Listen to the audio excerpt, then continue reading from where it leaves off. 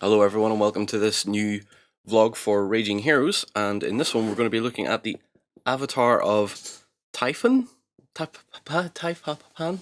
I'm not sure, to be honest with you. This is a really cool looking one. She is a massive sort of snake lady. It's the best way I can describe her. I'm sure there's a proper term for her, but she is massive. You know, to 233mm or 9.2 inches high. I can well believe that because I have had a sneak peek at the parts. So in this part of the vlog, we're just going to open the box and just check out what sort of parts are, what they look like. So I know a lot of you have seen the the other one that I did, the previous one. There's a lot less parts in this, I'll give it that. And I think this is going to be a very enjoyable one, and I think it's going to show off their model design really nicely. So, because they do have some seriously skilled people working for them over there, and they're all fantastic. So, move that to the side. We'll just briefly go through all the parts that we get in the box. This is Our Lady's torso, obviously minus head, arms, and attachment from waist down. We have swords. She's carrying 2 of them, 1 on each arm. And then we have these claws. There's 4 of them, 2 of each size. And the lower ones here, which have sort of metal ring details and stuff, they're the ones that support the 2 sort of pieces of cloth or banners. I'm going to try and put some sort of tribal-y stuff on there, I think. We have her head, which has absolute butt ton of detail. These earrings that are coming down here and all this chain detail has a lot of patterns and little bits and pieces on them, just to show them off a little bit. So once we start painting, you'll see these bits a lot closer, and I'll try and get a bit closer look on those. We have these, which I believe are for her lower torso. I think there's a couple of peg areas that they go on to. Or it could be these 2, but I think these 2 are the ones that go on top of her head as well. So like, there's those 2. And the rest of it is basically all body and tail. So not a lot of parts, and a lot of these are very chunky big pieces as well, so it's going to be a lot of fun putting those together. I can't foresee any major issues with this. We're just going to take our time and put it all together and see if we need to fill anywhere. As we've seen in the previous one, there was a bit of filling to be done on it. Not too sure there's going to be as much on this one for sure. So the first thing we're going to do now that we've checked out all the parts is we're going to wash it. So I have a little metal tin here. I'm going to fill with warm water and a bit of soap, and we'll maybe even time lapse this of just sticking the parts in, washing them, and setting them out to dry.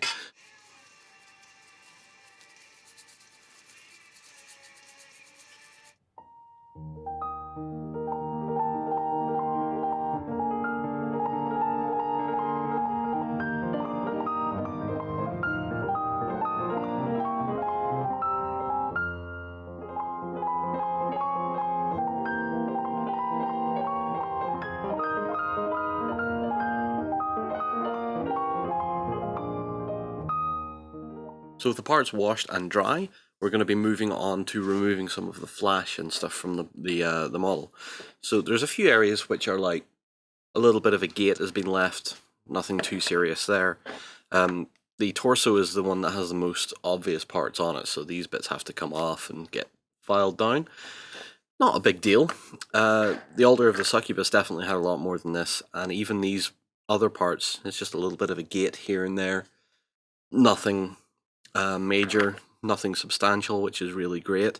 The likes of this, again, just a pair of clippers and a little bit of a filing should sort that all out.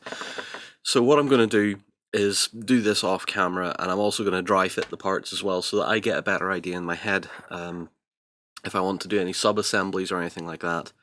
I have a feeling I'm probably going to build from the waist down as a sub-assembly and from the waist up as a sub-assembly, just to make it a little bit easier, and also see what sort of areas we're going to have that will need filling or any gaps that are present. I'm always wary of hair on a resin piece.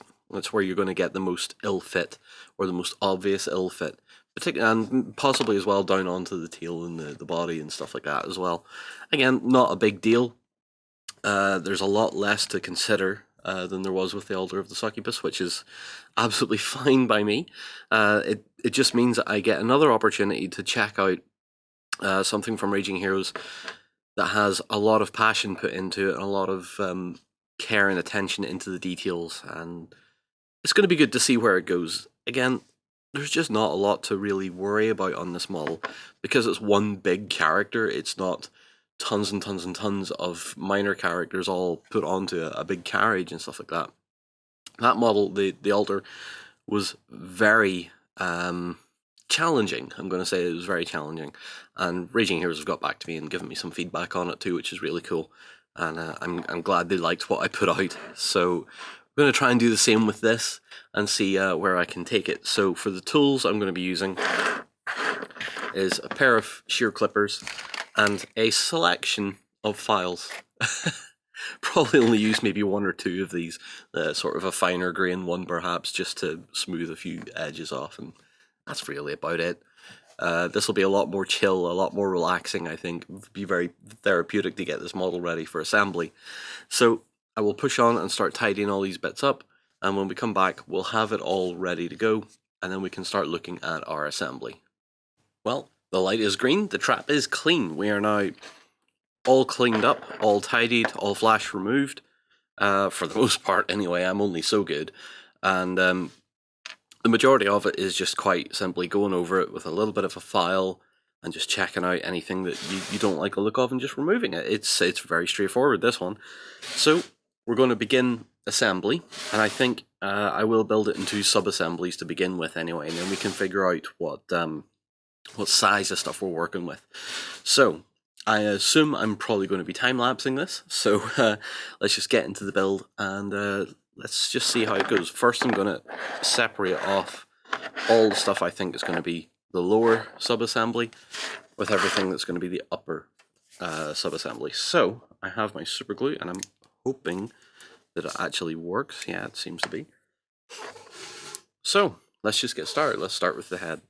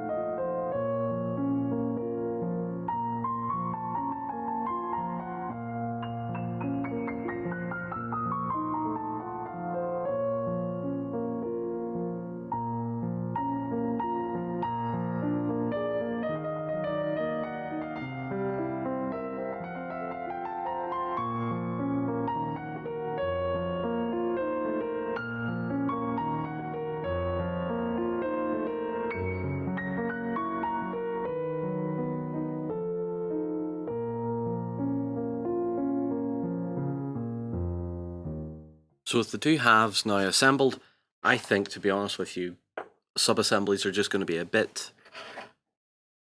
There's not going to be much need for them. I don't think there's going to be a lot of call for it.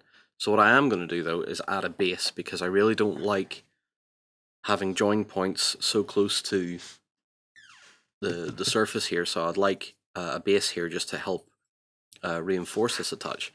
So I have an oval base here, which I think fits rather well. I think that's going to look alright, size-wise.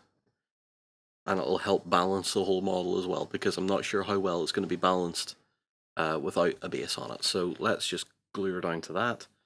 So we'll glue the bottom half down. Once that's set a little bit, we'll glue the upper body onto it. Just real quick. There, and there's a join there that connects to a flat surface. So gives her a little more strength. I think we want her facing off the base this way, so I'm going to angle her to be in that sort of a position. Plonk her down on it. Let it sit for a few minutes. Now, while that's setting, I am going to say, yes, there's going to be a bit of filling involved in this, but it's not very extensive. It's only really where some of the joins are, mostly on her tail. The torso itself is actually very good, and doesn't really have much in the way of gaps to work on. Like I said before I started, though, I was concerned that the hair would have a gap in it, and indeed it does.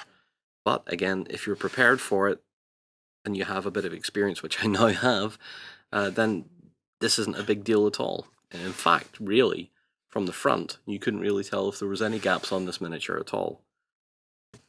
It's almost weird to even color a miniature at this stage, given the sheer size of the model. So that is set to the base. Let's get a bit of our glue onto the join here on the waist.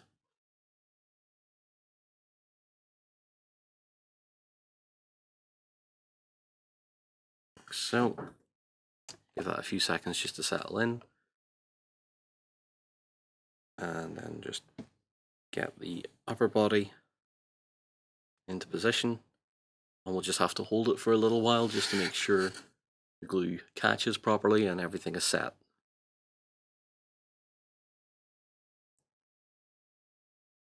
Like that. Isn't that nice? She's a big model, but there's not a lot of parts, and I think that's something that Raging Heroes are doing very well.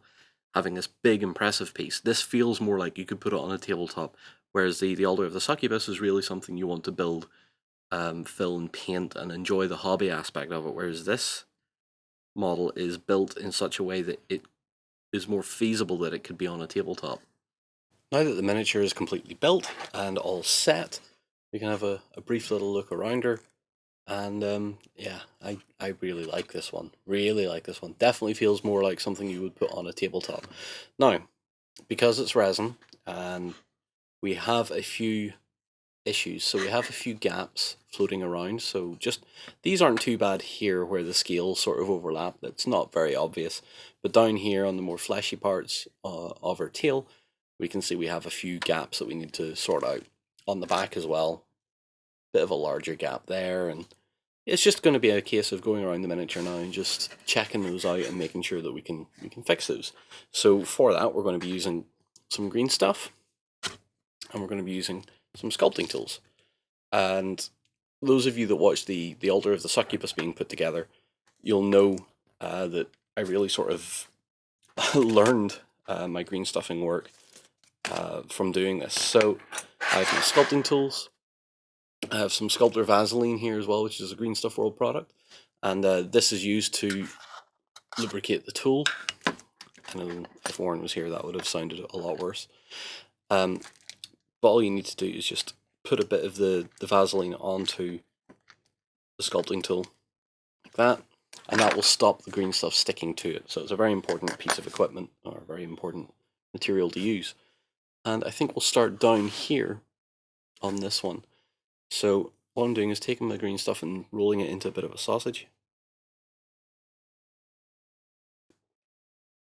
And then what I'm going to do is press it over the gap. You can see how it sticks to my finger quite a bit. So at this point, we'll probably just switch to the sculpting tool here. And just start moving it into that gap. Now, you don't need to be an excellent sculptor or anything like that to make a decent job of this. You just have to be neat and patient.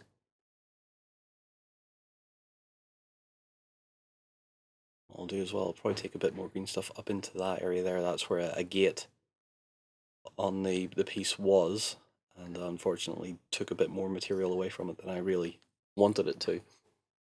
Now remember not to push the green stuff into the join too much.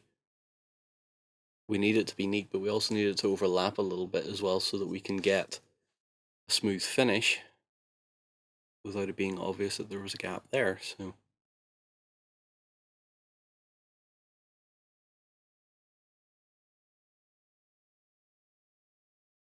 this does take a bit of time, as I say. Patience is what does the best job for you here. You kind of have to be in the correct mindset to sit down and go, right, I'm gonna do some gap filling or gonna do a bit of sculpting. Especially if you're not one that's really done much of it before like myself, so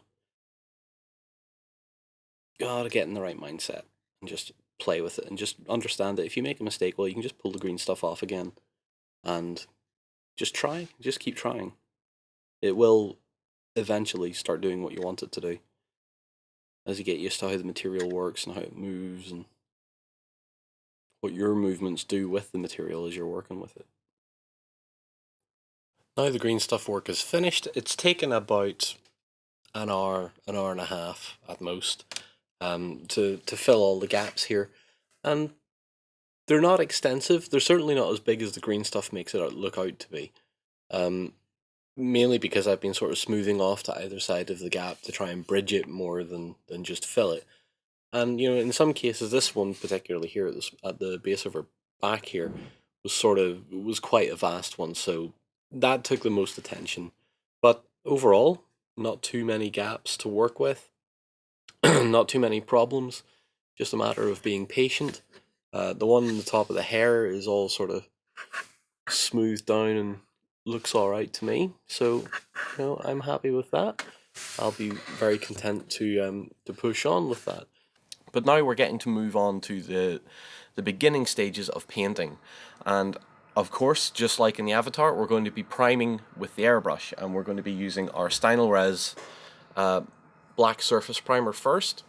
So the model will get a complete coat of that, and once that's done, we're going to move on to a grey, and from the grey we're going to move on to a white. Now, this isn't exactly going to be pre-shading, but it is going to help with the subsequent coats of paint that we put on, so we're going to be able to pattern things out, and I'll show you what I mean by that as we move along. So there will be a bit of pre-shading, but a lot of it will be down to getting lighter paints in an area where I know I'm going to be needing other things. So let's just see how we get on. We're going to start with the black, which I have in the airbrush, and then we'll just move on from there. So here we go.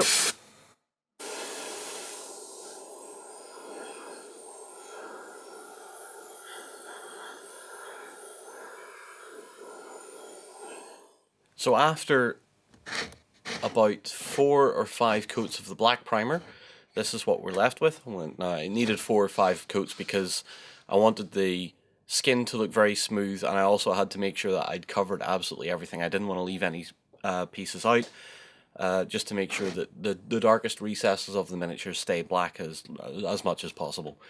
We're now going to be moving on to adding a grey, again Stynylrez matte grey primer.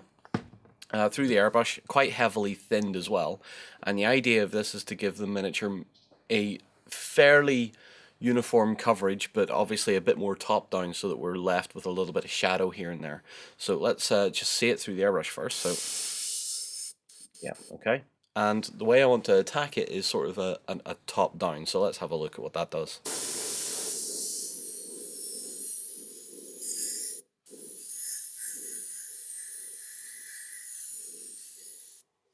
And you can see how much that contrasts against the black primer as well, makes it a very interesting sort of look to it. So we'll continue on camera here for a little bit longer and see how far we get.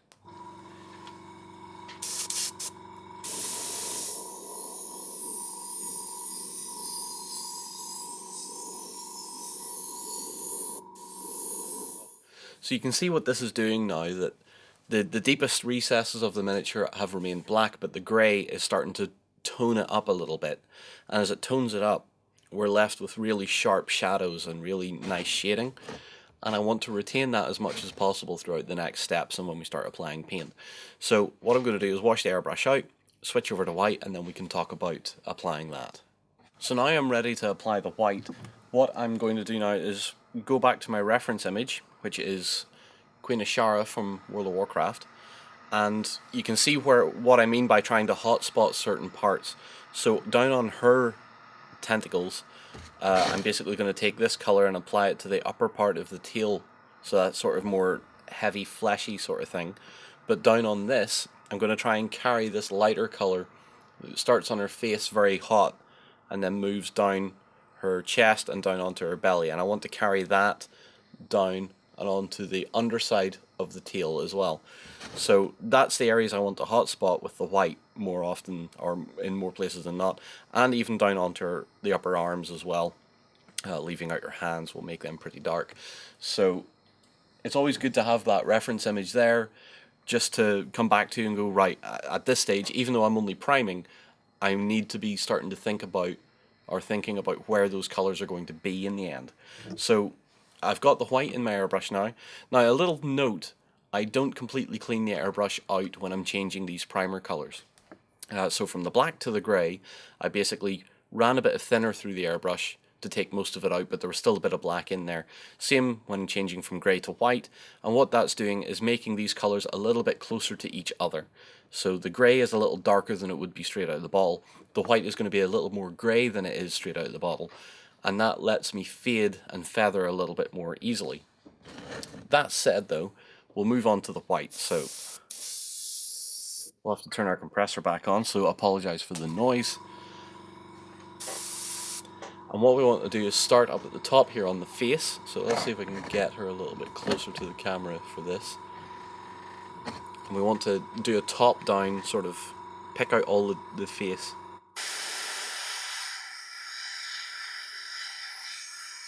Very gently let the airbrush feather that out.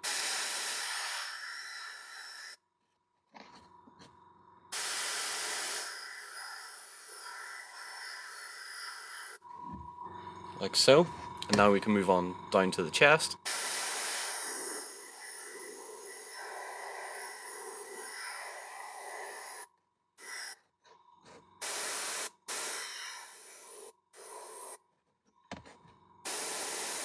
Still keeping a top down because we still want to retain the shading under her breasts and under any of the muscle structure that's down onto her belly as well.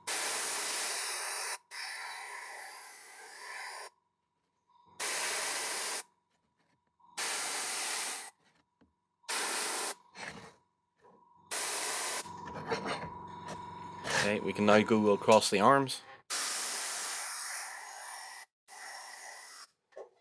Not too much though, I don't want to overdo it.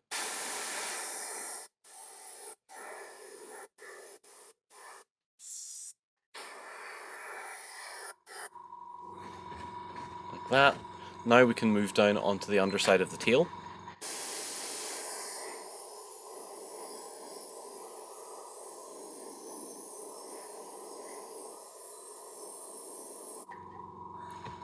And where we're wanting to hotspot is where it's on the upper side, so this side will be lighter than this side. So we can go a bit heavier with the primer there.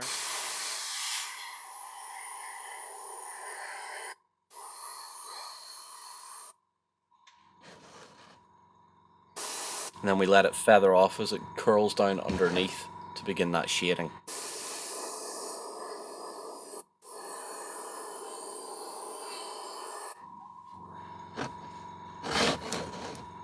And then on the flip side here, just a little bit more feathered than what it is in the upper surface. And then it fades off a lot quicker too as it gets into the shadow.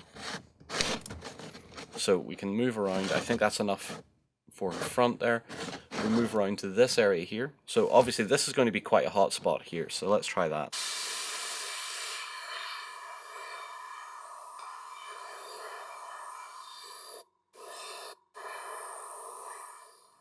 So now it's time to move on and start applying some colour. The first colour I'm going to do is the light colour on her skin. So we're going to be going with Citadel Contrast Griffcharger Grey for this, because it's a nice bluey grey and ties in quite nicely with the reference image that I have for Queen Ashara. So let's have a go here. I'm going to apply it with a fairly large brush. And let's just start up at the top, and I'm doing the light colour first because when I come to do the dark colour I can tidy up any of the lines that I don't like the look of. So let's just see what happens when we start applying our Griffcharger. And I already like what that's doing, so let's just carry on. Let's maybe even go a little bit heavier, I think. Yeah, I think going a little bit heavier helps there. yeah, we'll see what this does. We'll start to remove it from certain areas to stop it pulling too much. Although it does make her look like she has a fair bit of eyeliner on, which is interesting, or eyeshadow. Anyway, let's move down onto the chin and the neck, down onto her chest.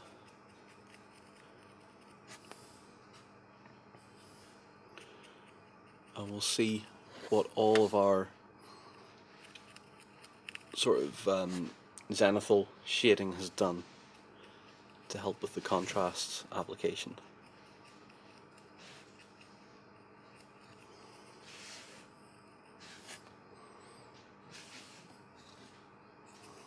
And what I do like about it so far is it's giving a real sort of a cold look to the miniature. A very chilling look to her skin so far. So that's not bad. Not bad so far anyway. It's maybe pulling still a little bit much around her face there. See what it's doing around the side of her head. I know she has big ears there as well. And we'll just do those in a light colour too.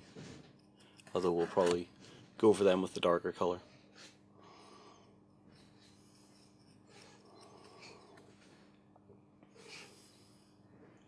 A bit more in there.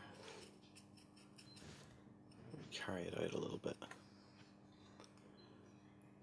Well, we'll see what that does. So I'm going to move on and just do the rest of this sort of underside piece to her, the rest of her body and her tail, and we'll see what happens as this develops on. Hopefully this is going to give me the effect that I really want. So with the Griff Charger Grey now dry, we're going to have a look at a little bit of a dry brush over the skin, because I think it's there, you know, it's practically there, but it just needs a little bit more definition, I think. And I want to move on to that before I start adding any other contrast paints. So what I'm going with is Vallejo Game Color Wolf Grey. I'll just hold that there for a few seconds to make sure you know what it is. And all it is basically a off-white bluey color. It's a very light color, so if I can get it right on my dry brush, all I want to do is to just pick out areas on the skin and on the face. So let's have a look at her face for a start. And all I want to do is brighten up the upper details. Just a little bit, not too much. Something like that. You can see that definition coming up a little bit more. Now, over the more plain details, the more rounded details like her breasts here, for example, you're not going to be doing too much of this because you don't want to make it look powdery or streaky or anything weird like that. So I'm just doing a little bit there on the top of her chest, and you can see how that's starting to pick that out. If we move down her torso a little bit, I'm going to keep the movements of the brush vertical, and maybe a little bit of horizontal movement as well, like so. And that's basically all it's going to be, just a little bit of a highlight, and then down onto her tail. Again, we're just going to try and get some of that texture to be brought up a little bit.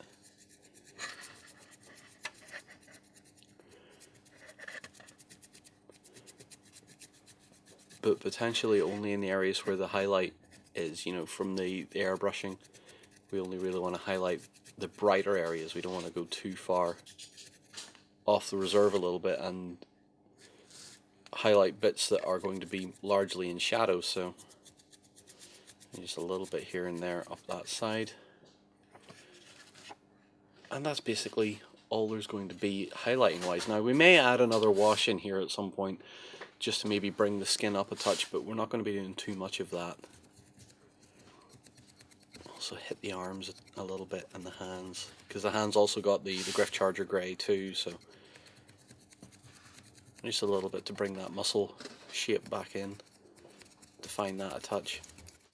That should be enough, because it's just bringing out the texture a little bit better. And that's all I really want, it's just a touch more definition and a little bit more starkness in the skin as well. You know, I want the shape of her lips and her nose to come out a bit more in the cheekbones and stuff, but at the same time I just want it to look a bit brighter than what the contrast paint has done, which is largely sort of dulled. It just made it look a little bit darker. So what I'm trying to do here is bring this up as a cold sort of highlight. Now, with that done, we can move on to our next contrast paint, and this is going to be for the dark-skinned side of her. There's going to be a lot of this. There really will be a lot of this, because I want to do all the horns, do these big pieces that are holding the cloth in position, for example, as well, and all on the other side of her tail. So all of that, all of this sort of more rubbery skin sort of texture, that's going to be going the turquoise colour.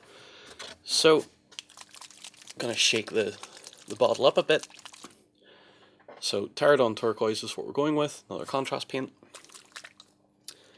So let's crack it open, and this is where I think we're either going to see I've made it or broke it. So we'll see how this turns out. This is a very dark greeny blue, so it's going to have a very sort of sea green colour to it. So let's see where we can start. Let's start up on the horns, up on her head here first, and see how that goes.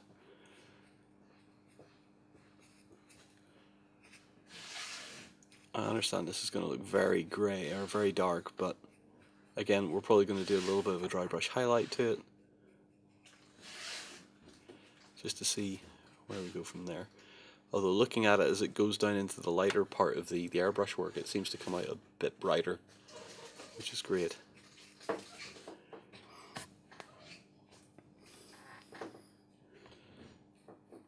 With the Pterodon turquoise now down, we can now have a look at what we think of the coloration, and I think the contrast we're getting between that really dark sort of sea green along with this really pale, cold looking front, it's very interesting. Now there's a couple of things I want to point out before I go on to actually highlight the Pterodon turquoise. While I was doing that, I've been using a bit of the contrast medium to thin it down a touch, and I've been using that basically to apply patterning to the side of her face. So I've brought it so that the Pterodon turquoise is starting at the side of her face and going back, so where it's darker, obviously on the thicker parts of her hide, also down her sides, which is all down her back as well, and down the back of her arms. So if I tilt her a little bit, you can sort of get a hint that there's all that turquoise, that deep green, bluey green in there, down her back and down the backs of her arms. And also I've done in her lips in the same colour. That's just to add a bit of visual interest in there before we start to go on. Now I'm going to highlight the Pterodon turquoise, and we're going to be using, let me see here, another Vallejo colour. So this is Vallejo Game Colour. This is Scurvy Green that we're using this time. So I'm going to hold it there for a few seconds just to let you see it. And what I'm doing is I'm taking a broad flat brush. Let's see actually if I can find a spot to work from here. And what I'm trying to do, let's get the back of that shoulder in up here. All I'm trying to do is not dry brush it as such, but just run my brush across the raised details just to bring it up a little bit, because it's a little dark at the minute. So that's what I'm trying to do, is to bring up a little bit of highlighting, just to show off that yes, this is a greenish colour, and we're accenting it with a bit more of a green at the same time. And it's going to work fairly well down the patterning and texture of her tail, because we're really just using it sort of as a gentle overbrush, just to capture the higher parts of the texture of her skin. So that's going to work very well on areas that have a higher lighting touch to them. So up along here, for example, and then we can bring it along further down, just to continue that sort of light glinting effect, that the upper surfaces are clearly more visible with their colour, while everything else almost fades to a very dark green, almost to a black in certain places. And that's going to make her look very interesting to the eye, especially when you have good lighting on her. So at this stage, that's what I'm going to be doing. But after that, I'm going to take some other contrast paint here. I'm going to take some contrast Flesh Terror Red, and I'm going to be putting that onto the banners, onto the wraps, on her swords, and onto her hair. I think we're going to make her hair red as well, just to keep to that reference image of Queen Ashara. We're just going to do that as well. So I'm not going to show that, I'm just going to go ahead and do the rest of the highlighting on the green, and then put the red on, because in the next segment, after our next swish or whatever, you're going to see the kind of levels of contrast I'm aiming for here, to have her look very cold and dark, but have certain standout features of her that really make her brighten up and warm up a little bit in certain places. Not all over the place, but yeah, we'll see. I'm going to continue on with the green highlighting, then I'll put the red down, and then we can see where we are after that. With the Flesh Terror's red down, we can now see just how much contrast we're getting off the miniature now. And you can see that cold sort of skin colour and her thicker hide colour really contrasting with this sort of more rich looking red, particularly in the hair and the back of the banners. You can also see very clearly, if I move it back a little bit more to let the light catch it some more, you can really see how much work the airbrushing has done for us while we're using the contrast paints. The contrast paints are almost, they're working more in the shading than they are in the highlight. So they're tinting that white that we put down as the uppermost colour, but they're really darkening the grey and into the black and really sitting very nicely. It's almost a velvety sort of look there. The transitions are nice and smooth in places, and they're tough when they need to be, but overall she's looking very nice with all this red now. So I've also added a little bit of red in particular down here on this plate, just a little bit there, and in and amongst some parts on the shoulder guards as well, just to increase the amount of red that's on the miniature, because as I was working just on these, on the banners, on the parts of the sword and on her hair, I realised she actually needs a little bit more red spread throughout the miniature just to bring that up a bit. And there's still going to be some more red to add, but that's going to be in the form of a more glossy sort of crystal look, I think. I hope anyway, make it a few gems, because we have some details down here that I want to do in the metallics that we're going to move on to now, but they have little gems on them and I want those to be red too, just to continue that theme further down. So, moving on to the metallics, or our first metallic anyway, we're going to be going to the base layer, Retributor Armor from Citadel, and we're going to be basically doing all her jewellery, anything else I haven't added in red, and yeah, I think we're going to see a much warmer, more interesting look once we have that down as well, just to really brighten her up a little bit.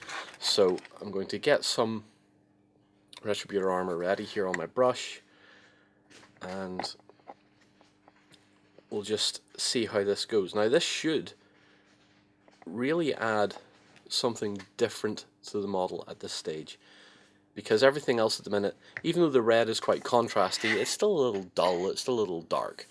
So let's have a look at something, say one of the shoulders here, and let's start to apply the Retributor Armor in there. And we will wash it down once we have it all applied, and then we'll really see where this miniature is going. Now I know that these technically look more like bone structure to me, but I want to do them in gold because I want that contrast in there. I want her to look regal, I want her to look important, but at the same time I don't want it to look like everything she's wearing and everything she's garbed in is an organic piece. I want it to look like she's making herself look more spiky through the application of armor plate and stuff like that, that's modeled or molded in the same sort of way as her natural sort of horns and protrusions. And this should make things look quite interesting. So we'll see how this works, and then we can go from there. We can start shading and stuff too. Well, now we have the gold down, and I thought I'd change my camera angle a little bit and actually give you guys a more my perspective, or my perspective, from where you can see the model. And you gotta admit, she does look very regal with all that gold and that little bit of red hiding in through some of the trim and stuff like that. I think she's looking very good. I've also added some gold further down here because I have some plans for these bits that are around these gold parts, as well as the center of the gold, which I want to do in gems, as well as the pommel of each of her swords. We're going to make that sort of like a red crystally orb in there, just to add a bit more brightness to her. So I do have more to work with on the gold. There's still going to be shading and highlighting to do, but there's another step that I want to do. There's two steps that I would like to begin pretty sharpish. So first off, I want to paint the eyes. I want to give her nice glowy, evil, orangey sort of eyes. And then down here you can see on her rib cage we have these protrusions here, and around her breasts and stuff like that. There's this sort of stuff. And I was initially going to do that gold as well, but then I realized it kind of looks a bit more like a different sort of material, so I'm going to paint that in Army Paint or Necromancer Cloak as sort of a very dark grey, and then when we give it a bit of a wash with a dark tone, it'll look black with a little bit of highlight, and we can still go in there with some highlights and work on that too. But the important thing now is to nail the eyes, really get the eyes down. And I'm going to be using a contrast paint, but I'm not going to be using one of their base colors to apply the contrast onto. I'm going to be using Army Paint or Arid Earth. It's a very bright, sort of chalky yellow, or pastel yellow, or whatever you want to call it. And I'm going to use that as the base because the color I'm going to put over it is going to be Iandan yellow, something like that, and then probably edge it with a little bit of an orange as well. Just to really give her an intense stare on her eyes. So what we want to do first is get in here with a small brush and remove some of it from the bristles. And I want to base coat the eye with Arid Earth.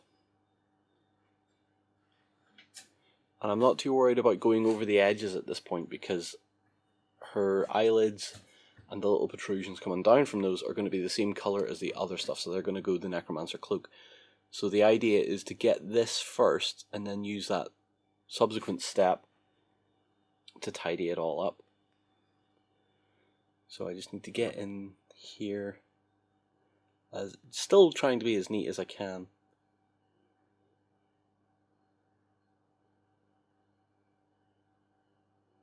Like that, and we'll probably give this a couple of coats because I want it to be quite a strong colour as well. And I think once that's framed, once the eyes are finished and they're framed with the Necromancer Cloak, we're going to have a very intense looking face. So I'm going to let this dry, put another couple of coats down, and then we can look at the contrast paints.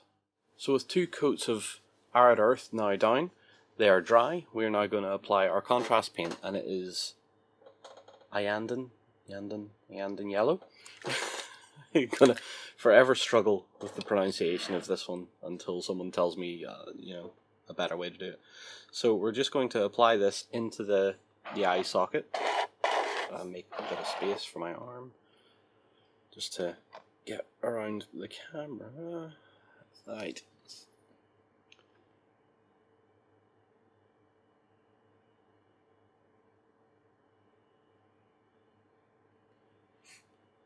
We're getting a nice sort of look there. I love the way that the contrast paints always pull away, and that's what I was hoping it would do in this instance.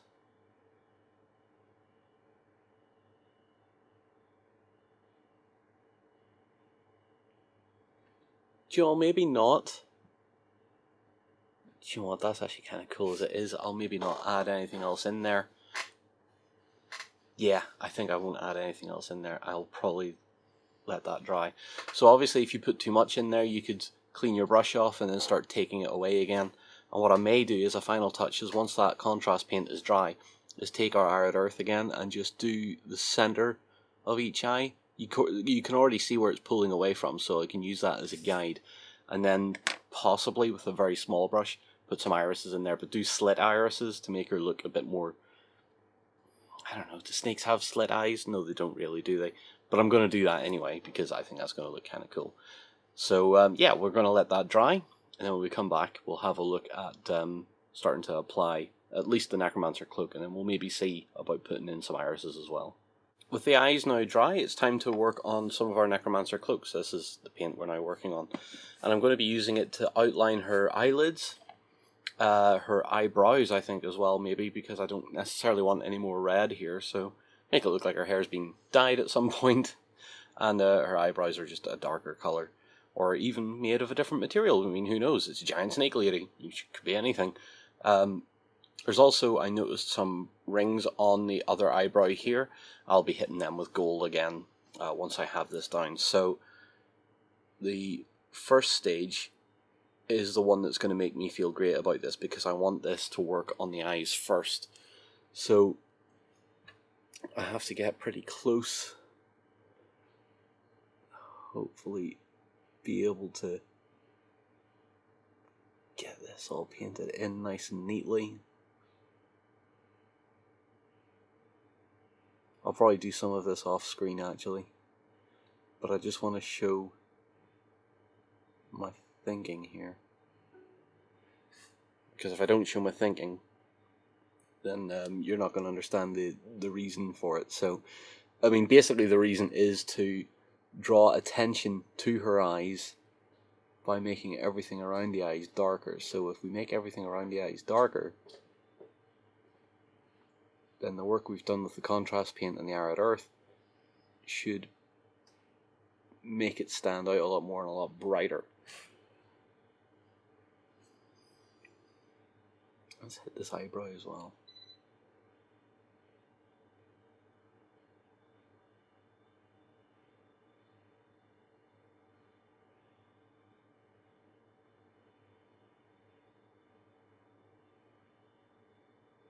And this will probably take a couple of coats, and then we'll have to give it a dark wash as well just to make it work. But you can kind of see what I'm aiming for here. The more it's framed, the more the eye itself stands out. So we're going to push on with this and work down onto the likes of these areas down here, and this stuff that's underneath her breasts here, down the sides, and there's some that works around her back as well. Just where her hips would be normally. And we're just going to pick out areas that I think are going to suit this colour, and when we come back we'll have a look at what this is going to look like and how we think the eyes have turned out. So I do apologise for not doing more under camera, but at the same time I need to get right up close with this at this point, just to make sure that I'm doing it right. So when we come back you'll see it down and we'll see what it looks like. So before I go on and explain what I've been doing, you're going to have noticed the background has suddenly changed, and maybe the lighting has changed as well. I have moved from our office to home during the isolation period with the whole thing going on. So if you're watching this in the future, I had to move. So I'm now working from home, which is great. Which means I'm a lot more comfortable. I have my own stuff in the background, I have my own stuff around me, and hopefully we can continue on with these and see how it goes.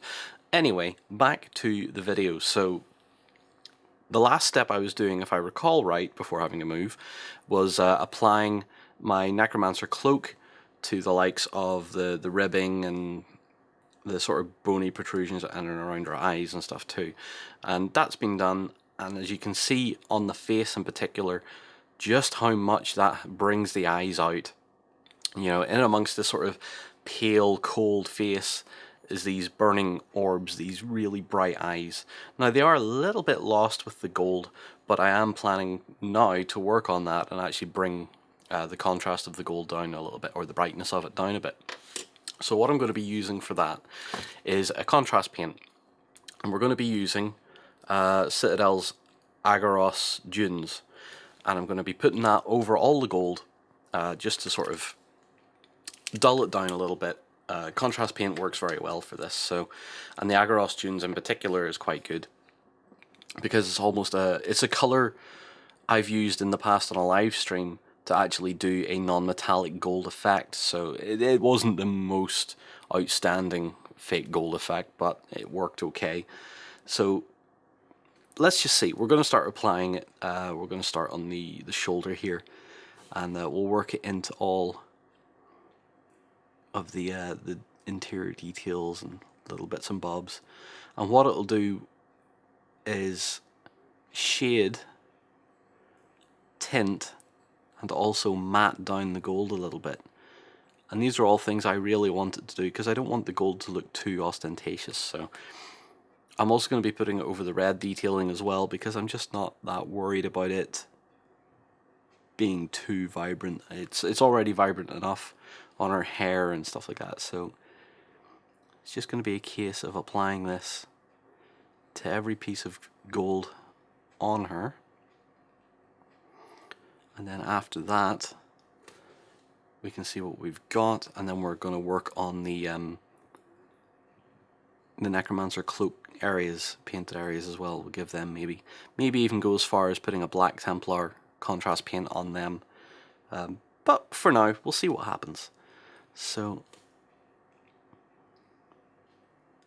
with the Agaros dunes now dry, we can see that the gold is looking really nice, really great, and it's got all the shading that I wanted. It's dulled it a little bit, so her eyes really do stand out a little bit more, which is really cool.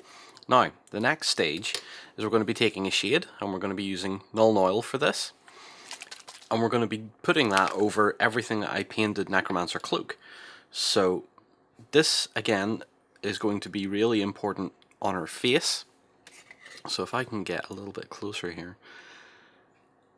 and all we want to do is start applying Nuln Oil over those areas.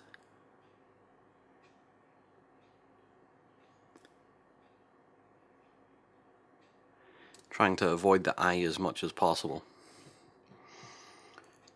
But we have other areas that we can go a little bit heavier on, so anything else that we've done like that, and we have these sort of protrusions here that I've done in Necromancer Cloak. And all this is going to do is just darken this material down a little bit more and just make it a little less grey looking. Now we probably could go in and highlight it too, but we'll see what it's like once the shade's down. But importantly as well, we're going to be doing the stuff that's around the bottom of her breasts and all this stuff that's running down the sides of her rib cage as well. So it's just going to be a case of getting a little bit of that in there, and also using it to shade the area where these pieces join her skin, and just letting that Nuln Oil just add another layer of shadow in there, just to make it a bit more interesting from the visual perspective. With the Nuln Oil now dry, and with a better background put in place, the paint pots were really getting on my nerves. I do apologise. I hope they weren't too bad for you guys, but we've put this in place now. It might work. It's time to highlight the gold, and for the gold we're going to be using Liberator Gold, Citadel Liberator Gold, but we're going to be applying it as a bit of a dry brush. So, and we're only going to be doing certain areas, so let's have a look. So let's start up here. And I'm just wanting it to give the gold a bit more luster, to make it stand out a little bit more on details. I don't really want it to seriously brighten up the gold again. I just want it to bring it back to life a little bit, as even with the contrast paint doing its job very well, it's just lacking a little something. So I'm hoping just a little bit of this, and I think you can already see it's working a little bit. I just wanted this to bring the gold back up again, just a little bit.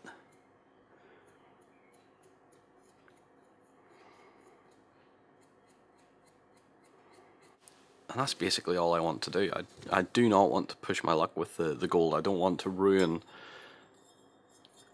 how muted it was, and I want to keep it that, but at the same time, you know, if we don't highlight it, it's not really going to look like anything.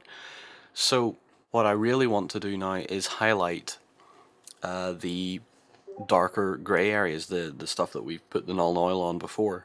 So I'm going to pick a colour just randomly off my desk here, and I think I'm going to go with Dark Reaper. It's usually quite good at highlighting a darker greyish black sort of coloration, so I'm going to see how we can go about this, and I'm going to use a small brush, get a bit of this. I almost think Dark Reaper is just a touch lighter than the Necromancer Cloak, and it has a bit of a blue tone to it as well, so we're going to find out what this does, and if it works then we're going to go with it. So let's bring her a little bit closer, see how close I can get with the camera.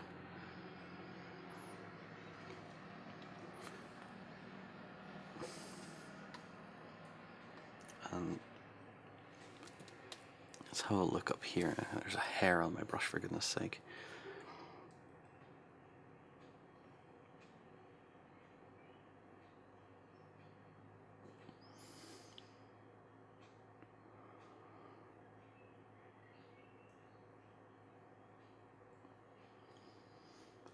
I'm just trying to highlight the edge of the top edge of this horn.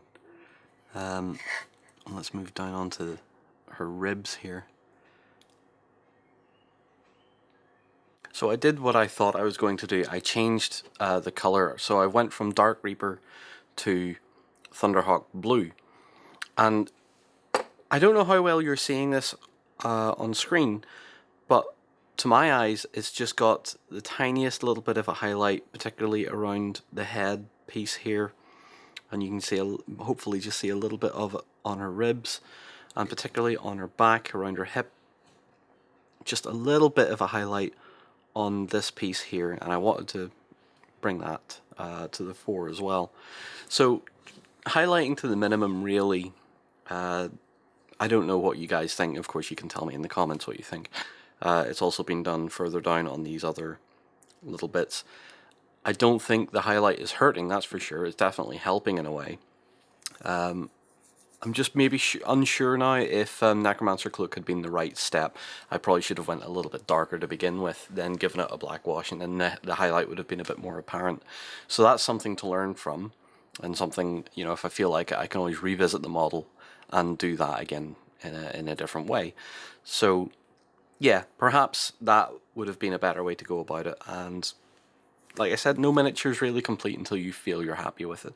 So even after I'm done with this vlog, I may go back and change the colour on these bits, just to make myself a little bit more happy. Anyway, we're going to be moving on now to the swords, and the swords are epic looking, and I wanted to make them look a bit like a bone sort of sword, and maybe have a little bit of fleshiness in these little areas here. So what I'm starting with is I'm getting my dry brush out again, and I'm going to be using Morghast Bone, and we're going to be just giving the sword blades just a little bit of a dry brush of these to tone them up a little bit, because at the minute just pure black and white, yeah sure it's okay, but I'm planning to use contrast paint and I want a little bit of tone in there to begin with. So pardon me, make sure it's okay, and all I'm going to do is dry brush down like that, catching the top edge and just giving that a little bit of a tone like that. So nothing too drastic, same on the other side. So now hopefully we have a little bit of colour on the two swords, and I'm going to quickly wash my brush off, and then we're going to grab our next contrast paint, which is going to be none other than Skeleton Horde, and I'll get a nice brush to apply that with. Put a bit of water on the brush, not much, and hopefully now we're going to see what these blades are going to look like as just big bony things. So that's the technical term, by the way, just big bony things. And we'll see how the Skeleton Horde goes down over this flat area that we have.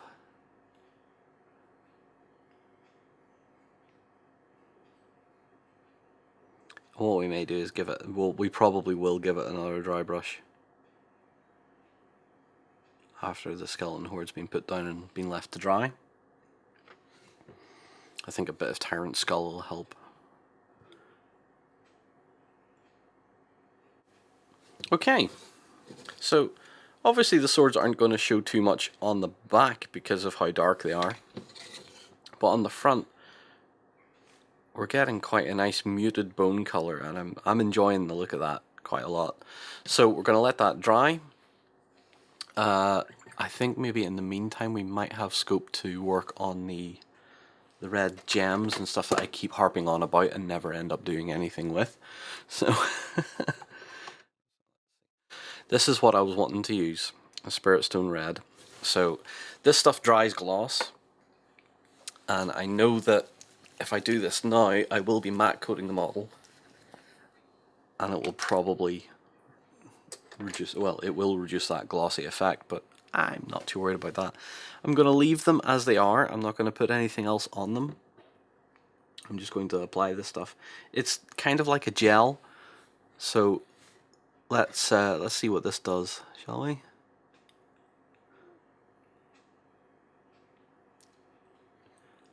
I want to leave these dark because I don't want it to look like they have light emanating from them. I just want them to be kind of like dark sort of balls of ruby or something like that. This is maybe a step that I'm rushing a bit too much.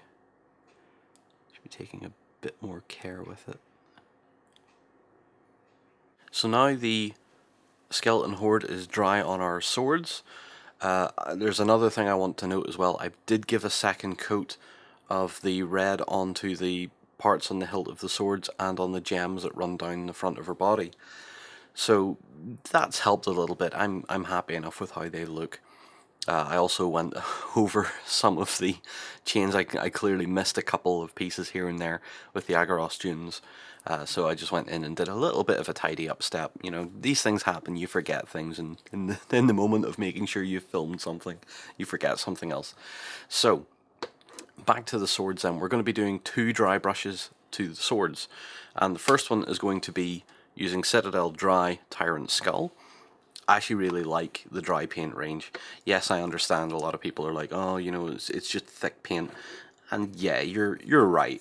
But at the same time, it's nice to have a paint that just takes a bit of the thinking out of it, you know.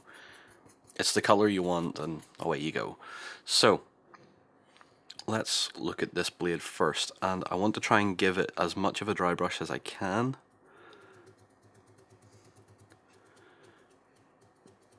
To really sort of hammer in the color and keep the skeleton horde contrast paint as sort of the base tone of the sword. So we'll get the edge in as well,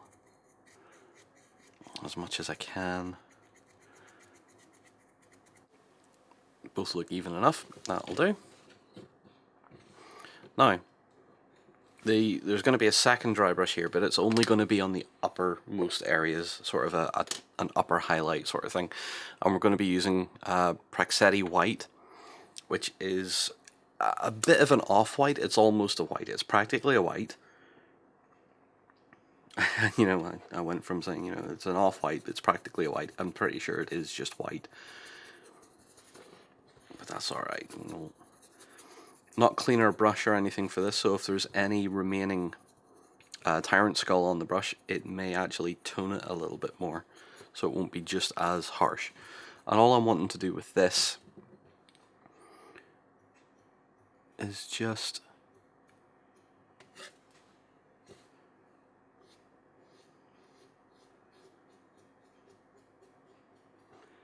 try and add a little bit of what you could call a bit of a shine or a shimmer or a glint.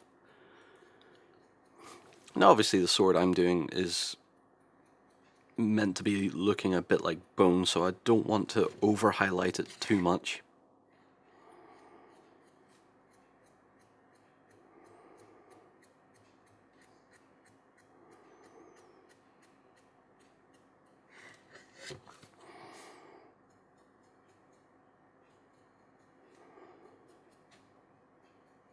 Make it look like all the light's coming at the blades from the front. So that's not too bad. Again, we'll go over to this side. Now, I want to do a little bit of something in these areas here, and I think just something very simple for that, which also gets us on to working with the reds. I'm going to be using a bit of Carroburg Crimson. It's just a shade, and I just want to work that into those recesses a little bit. It's quite a deep, sort of a burgundy red wash.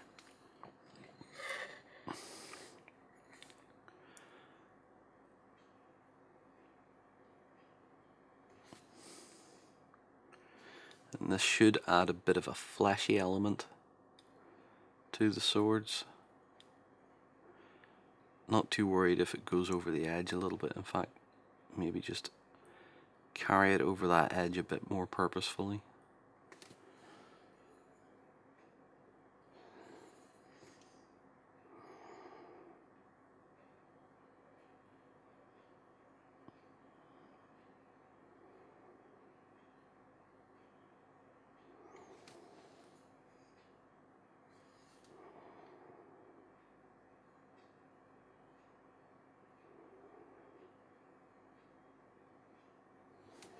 Bit like that. Just adds a bit more interest to it and makes it look more biological in nature. I know the bone color already sort of gives that away a bit, but at the same time adding a little bit of something hints at just something else and just makes it a bit more visually interesting. So we want to work on the reds now. Since we have the Carroburg Crimson open anyway, we may as well start working on our reds. So I'm trying to find a brush that's suitable here. This brush might be a bit big. No, let's go for it. So we'll start on our hair. We're going to give our hair a run with this, and then it's basically after that it's just a highlight. So this is just to accentuate the shading on the top. Because we didn't really shade anything on the top, we lost some definition because the airbrush highlight is very indiscriminate. So we need the shade on top of all the airbrush work to bring some definition back into her hair, and then we can make it really pop with a little bit of a brighter red highlight.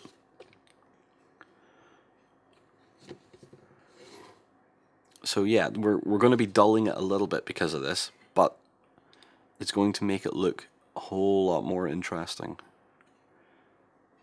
And a whole lot more... Well, it will look more vibrant once we put the highlight on. Put it that way. It'll be a lot more interesting in that regard. We'll also do the banners at the same time.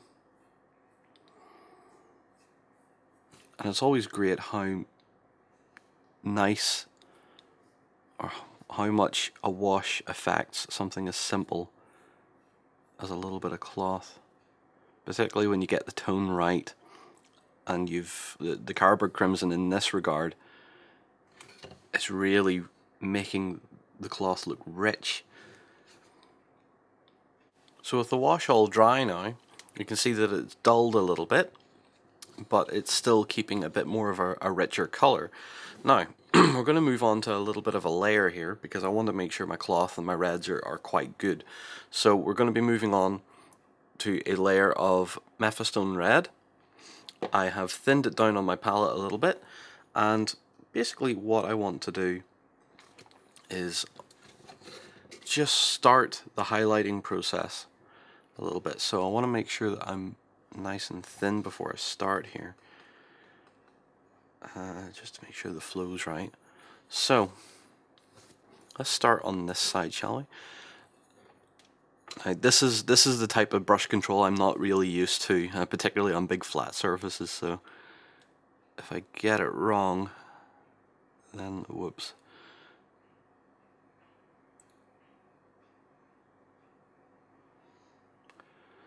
So I'm just trying to get nice straight lines. Definitely not something I'm used to. Duncan can do this so much better than me.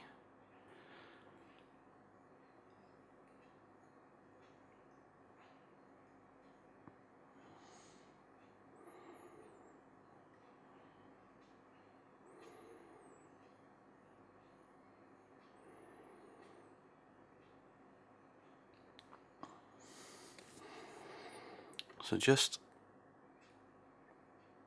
trying my best here to get a smooth sort of layer down there. Maybe thin it a bit more actually. I'm maybe not getting exactly what I want here, so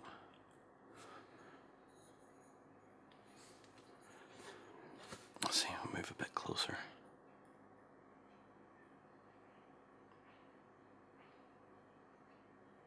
With the layering now done, you can see on the hilts of the swords, for example, it's just a little bit brighter, not too much. On the cloth work on her back, yeah, it's not my best work to be honest, but I think it looks alright. I think I probably did a better job on the back than I did on the front. I think I was a bit too harsh with it on the front, but on her hair, it's looking really slick. So, to finish this off, or to finish the red off, we're doing a quick dry brush of Evil Sunz Scarlet, and that is going to just pop these midtones, these darkened midtones a little bit, with a bit of brightness to it. Now I could go all the way up to orange, but I think just this little bit of red is going to help absolutely nail it a little bit. So let's try on the hair, and the way I'm going to use the dry brush is just to pick out, using the side of the brush,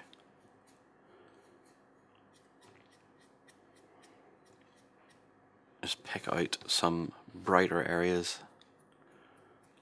and some upper layer detailing. And I'm doing it with the dry brush because I don't want the hair or the cloth to look perfectly smooth, and I think the dry brushing aids in doing that because it adds a bit of a sort of a textured look.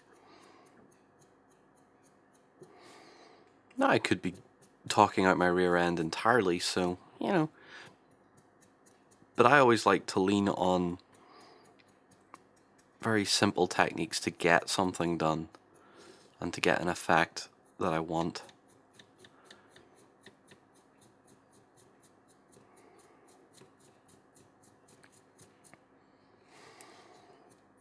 And I think in this case it's working quite well. I think that hair is actually quite poppy, if that's that's a term that's usable. So on the cloth, we're going to take the edges up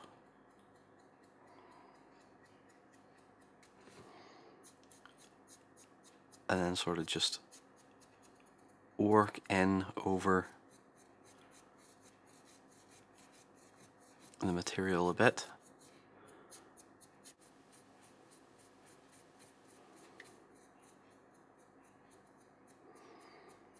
And what I'm trying to do, and I don't know if it's really working or not, is I'm trying to keep the strokes of the brush in a sort of similar direction, sort of going a bit diagonal. And I'm kind of hoping that that adds sort of a little bit of a texture to it as well as a highlight. I'm not sure it's working that well, but I'm not too concerned. I just wanted to try it. And you can always tell me in the comments, guys, if you think, you know, hey, that didn't turn out too bad, or, you know, maybe try doing it a different way. I'm fine with that. I'm fine with taking that comment on board.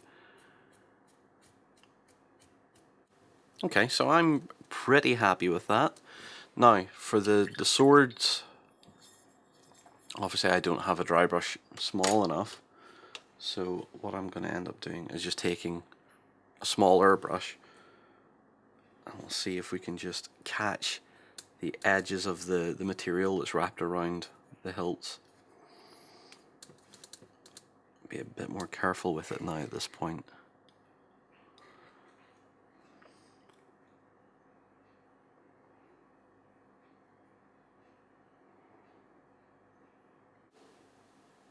you know, that's okay. That's alright. I like that. I'm happy enough with that. And I don't want to do any more because I'm going to wreck it if I do any more. So let's put that to the side. Now, I need to clean my dry brush a bit more properly, or can I switch out to a different brush? I think I could switch out to a different brush. Let's see if I have another one handy here. I think I do. I have tons of brushes sitting around me, so I have to make sure I have the right ones. So I'm going to switch to this old battered thing, and I'm going to highlight a bit more her darker sort of turquoisey. So the paint I'm going to use is Hydra Turquoise. Quite fitting, I guess, in a way, really. I do like turquoise, though. So I'm going to give the darker areas, a very light dry brush of this, because it's quite a bright paint, and I don't want to ruin that sort of dark feeling I have going on with the rest of the miniature. I'm going to give it a very light dry brush just to bring the detail out a bit more. And again, only on the most upper surfaces. So the plan is to make a mess of my desk to get the brush prepped and make sure that the brush is working light enough.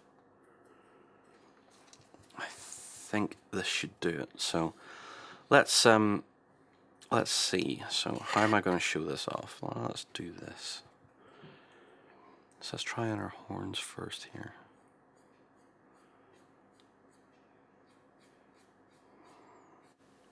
I think I'm okay with this. I think it's just adding a little bit more to where I've not really done much previously. So let's have a look at her back, because this is where I kind of want it to be a bit more apparent and take charge of the coloration a bit more.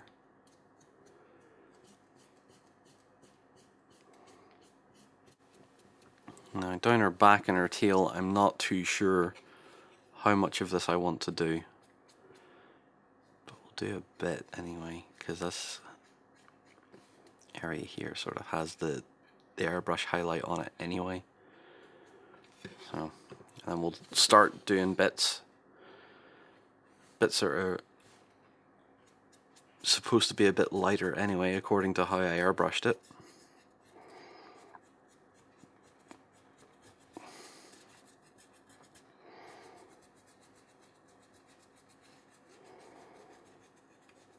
I think turquoise in this sense works well because it adds sort of an unusual, almost ethereal look. You know, this creature doesn't exist, and her coloration and stuff should be as alien as the shape of her suggests. And that's just my opinion. That's how I like to paint this sort of stuff. You know, if you want it to look really alien, pick colors that work well together but also have contrast, and just make her look like she shouldn't, you know, that she is a high fantasy creature, and just makes her look odd. Okay, so with that done, let's see if there's a color. I think there is a color I want to use for her lighter areas,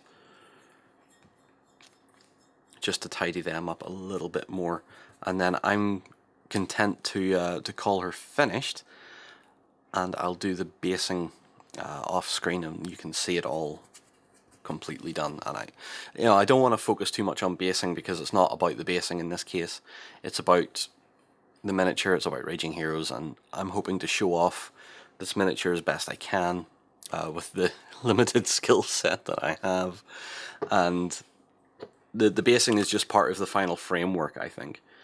So I'm going to take a little bit of Fenrisian Grey. I'm going to use the same brush I have been using and sort of apply it as a bit of a dry brush, I think,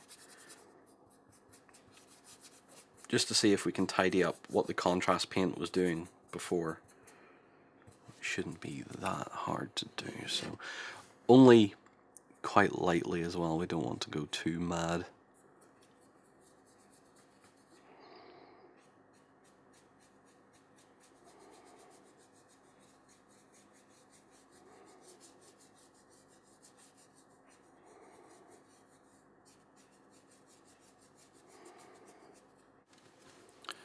Right. Ladies and gentlemen, I'm going to call this miniature done. I'm going to do the basing, and then I will let you see her as well as I can, hopefully through some images and stuff like that. And yeah, we'll get the basing done, and I'll come back and show you her exactly how I want her to be. And here she is. The Avatar of Taipahn is now finished. It's been a long one, I'll give it that. I hope you've really enjoyed this one. Now, a couple of things. I did add pupils to her eyes. Now, these are very simple pupils. They're just a little bit of a small black line coming down from the top eyelid and just going into the center of the eye just a little bit, because I find if you do circles or try to do anything too complex, that's when you start to mess eyes up. Plus, I think a slit pupil eye gives her a lot more personality, and I think you can probably see how much personality, how much more presence she has now that she has details in her eyes. So I'm very happy with that. The other thing I've gone and done as well is given the entire model a coat of matte varnish. In this particular case I use Citadel Storm Shield, but I put it through an airbrush with very little thinning, just very little thinning, and gave the entire model a good coat of that. So she may actually look a little bit more matte now as well, which is nice. Now let's move on down. We can see how everything has taken that matte varnish. I think she looks a little bit better. I feel like the gold has settled down a lot more. I feel like the blues and the turquoises have come up a bit more, which is great. And then down onto my basing. I didn't want to do the basing on camera, as I said, because it's more about the model rather than what extra details I've been putting on. So this is just a few Citadel Technicals, the texture paints with a bit of pigment powder over them, and then a bit of pigment fixer, a dry brush, and then some tufts. If you want me to cover that, I will. Or I believe Jerry has probably done some good basing techniques already, so go check out Jerry Can if you're confused or want to learn more. So she has been an incredible project to work on. A huge thank you to Raging Heroes, to all the staff there, to the design team and stuff who encouraged me through the Altar of the Succubi, and really wanted to see this being painted as well. So I hope I've lived up to some sort of standard that you guys have. But that's her. I'm over the moon with the end result. I'm very, very happy. She's going to sit on my shelf now for a long time before she makes it back into the office. But anyway, thank you so much for watching. I hope you've really enjoyed this one as much as I have. And until next time, stay safe, take care, and see you again soon. Go ahead and check out our other content on screen now. And while you're at it, why not hit subscribe and remember to ding our dong. Go on, you know you want to click it. Go on.